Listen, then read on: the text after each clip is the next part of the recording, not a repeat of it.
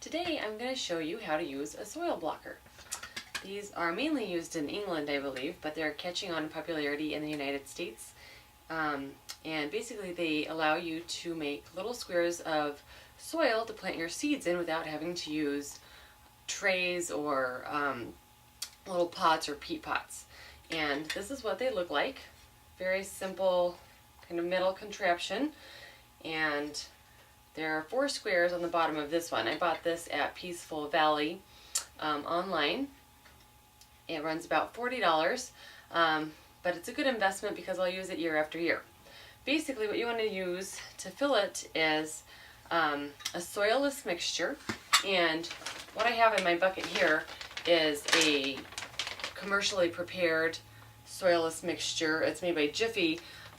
This one does contain vermiculite, perlite, and peat moss, which I'm not a big advocate of using peat these days because it's not a very renewable source. It does take, I think, 1,000,000 years for it to actually grow, and it has to be mined, and the bogs that it's mined from are drained, which basically hurts the natural habitat of a lot of living things. So I had this left over from 2 years ago, so I'm going to go ahead and use it.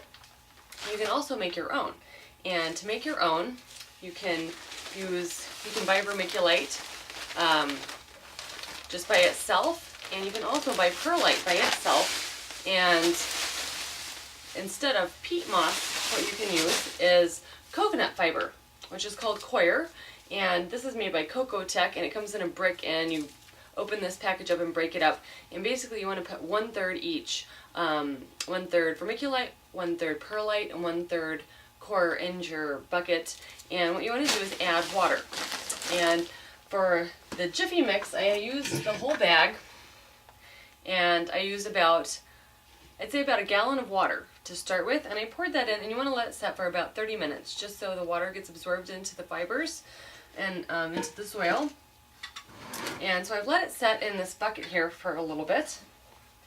And what I'm going to do now is take a big scoop of it and go ahead and just pack it right down into these squares.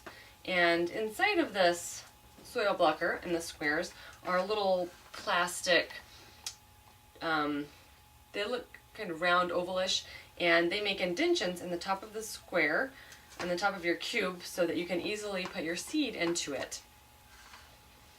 So you want your mixture to be pretty moist and be able to pack in there pretty firmly. You don't want it to be dripping, and you might have to play with the consistency a little bit to get it right where you like it. But right here I have mine packed, and I'm going to take a paint stirrer that I use to stir up the soil and the water, and go ahead and just rake off the excess soilless mixture there.